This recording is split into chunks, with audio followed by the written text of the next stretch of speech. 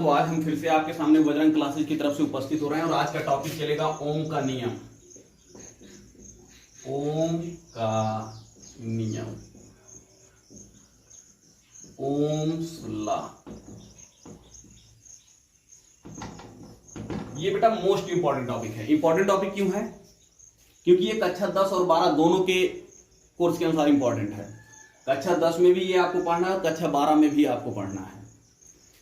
Ohms का नियम देने का जो ओम्स के नियम देने वाले वैज्ञानिक थे वो जर्मन के थे और जर्मन वैज्ञानिक थे, उनका पूरा नाम था जॉर्ज साइमन ओम।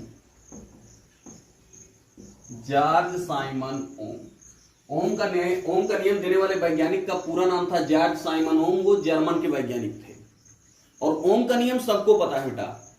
इतना सिंपल नियम है कि सबको पता है। जैसे अभी आपसे देखिए, हम आपसे पूछें आप खुद बता देंगे। ये आपके सामने एक चालक तार है, इस चालक तार को आप यहां बैटरी से जोड़ देते हैं। एक दूसरा चालक तार लेते हैं, यहां इसको बैटरी से जोड़ देते हैं। दोनों चालक तार में यहां पर बैटरी से आपने जोड़ा, ये 2 वोल्ट की बैटरी है और यहां पे आपने जोड़ा 10 वोल्ट की बैटरी है। अब अगर कोई आपसे पूछे बेटा इन दोनों चालक तार में किस बैटरी से ज्यादा धारा बहेगी और किससे कम, तो एक छोटा सा बच्चा भी बता देगा कि 10 वोल्ट की बैटरी से ज्यादा धारा बहेगी और 2 वोल्ट की बैटरी से कम धारा बहेगी। सिंपल सी बात है। 10 वोल्ट की बैटरी रहेगी, धारा ज्यादा रहेगी और 2 वोल्ट की बैटरी रहेगी, धारा कम रहेगी। तो इसका तात्पर्य क्या हुआ? इसका अर्थ ये हुआ कि अगर आप वोल्टेज बढ़ा रहे हैं तो धारा बढ़ेगी और वोल्टेज घटा रहे हैं तो धारा घटेगी। यही तो ओम का नियम है भैया। इसी को ओम का नियम कहते हैं। अर्थात किसी भी परिपथ में बहने वाली धारा वोल्टेज के क्या होती है? अनुक्रमानुपाती। अनुक्रमानुपाती मतलब जान गए? अनुक्रमानुपाती का एक नाम समानुपाती है, जिसे इंग्लिश में डायरेक्टली प्रोपोर्शनल बोलते हैं। जिसका अर्थ होता है कि एक बढ़ेगा तो दूसरा बढ़ेगा और एक घटेगा तो दूसरा घटेगा। और आपने यहां देखा कि अगर वोल्टेज बढ़ेगी तो धारा बढ़ेगी और वोल्टेज घटेगी तो धारा घटेगी। अर्थात धारा और वोल्टेज दोनों एक दूसरे के अनुक्रमानुपाती होते हैं। यही ओम का नियम है, यही जॉर्ज साइमन ओम ने दिया था, जो कि मोस्ट इंपॉर्टेंट टॉपिक है। हाँ, लेकिन एक चीज याद रखना चाहिए बेटा, ओम का नियम तभी लागू होगा जब जो चालक तार है इसकी भौतिक अवस्था मतलब ताप और दाब में कोई परिवर्तन ना हो। क्यों?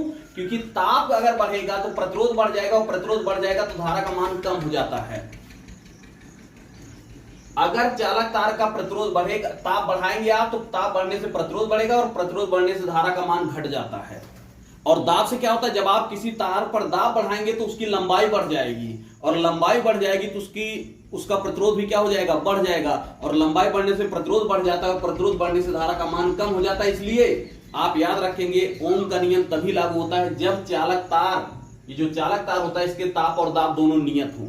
तो अब आपने देख लिया बेटा, अगर कोई आपसे पूछे भैया कि ओम का नियम क्या है तो आप बेफिक्र होकर के बताइएगा कि किसी चालक तार में बहने वाली धारा वोल्टेज के अनुक्रमानुपाती होती है।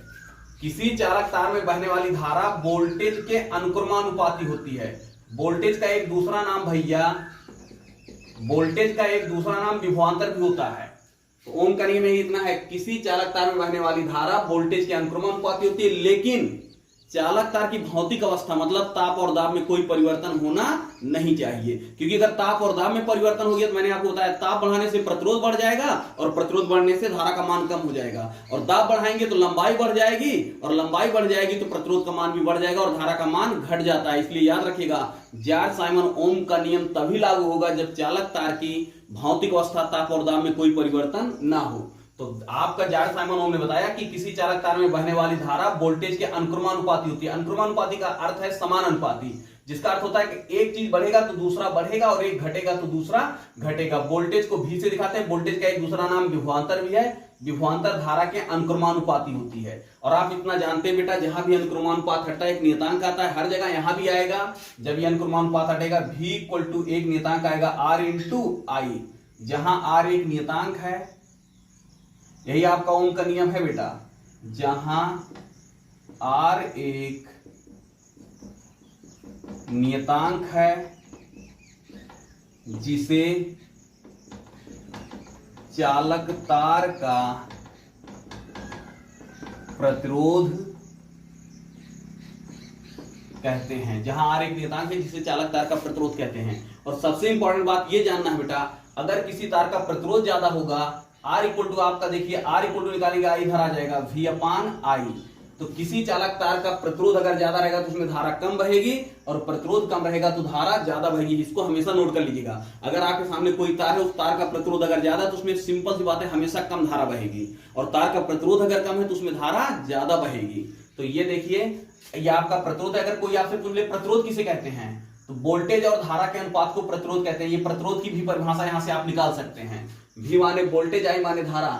वोल्टेज और धारा के अनुपात को प्रतिरोध कहते हैं। प्रतिरोध का मात्रक निकालेंगे अगर आप, R का मात्रक या प्रतिरोध का मात्रक, प्रतिरोध का मात्रक, तो वोल्टेज का मात्रक, वोल्ट का मात्रक होता है भैया, वोल्टेज का मात्रक होता है वोल्ट। V माने वोल्टेज है, इसको विभवांतर भी कहते हैं।